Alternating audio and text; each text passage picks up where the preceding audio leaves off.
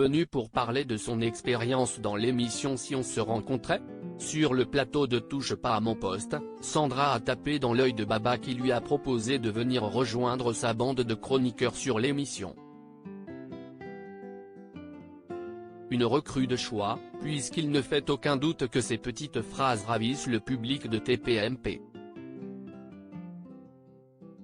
Forte tête mais pas engagée comme comédienne, beaucoup de rumeurs avaient accompagné le succès montant de Sandra sur le programme de M6, devant sa personnalité, certains internautes ont en effet découvert que la jeune femme et Ismaël, le meilleur ami de son crush dans l'émission, ont joué ensemble dans une série, ce qui était forcément synonyme de trucage pour eux.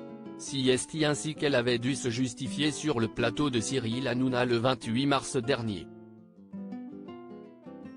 À ce que je sache, personne ne m'a embauché pour être comédienne, je n'ai pas eu de contrat dans ce sens, avait-elle répliqué chez Cyril Hanouna avant de compléter: s'ils disent que je suis une comédienne, j'accepte. Après, on peut me repérer, hein. S'il y a Jean Dujardin, Thomas Dreyol. Il n'y a pas de problème. Mais ce n'est pas le monde du cinéma qui l'a repéré, CST Baba en personne. Séduit par sa personnalité, Cyril Hanouna lui a en effet proposé de rejoindre dès le lendemain le plateau de TPMP. CST ainsi qu'elle a accepté ce contrat et est devenue chroniqueuse sur la célèbre émission, ce qui a fait grincer des dents Mathieu Delormeau, pas très enclin à voir de nouvelles recrues arriver.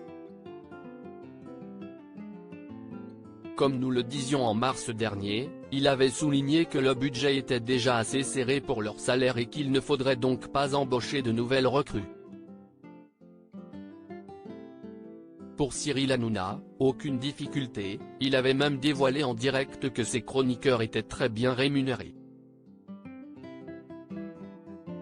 La vie sentimentale de Sandra révélée sur le plateau. Selon le principe de l'émission de M6, deux personnes qui discutent régulièrement sur les réseaux sociaux se rencontrent dans la vraie vie, ce qui peut soit donner lieu à une histoire réelle soit à une cruelle déception.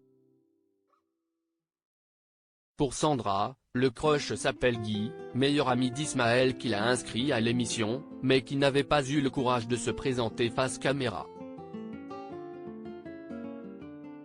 Car il était en couple. Sur le plateau de Cyril Hanouna, la jeune femme avait alors dévoilé que Guy et elle s'étaient bel et bien embrassés sans aller plus loin, ajoutant: on en est là. Être ensemble, si est un bien grand mot, je préfère dire qu'on en est là, mais estimant également je ne suis pas né mais je lui laisse le bénéfice du doute.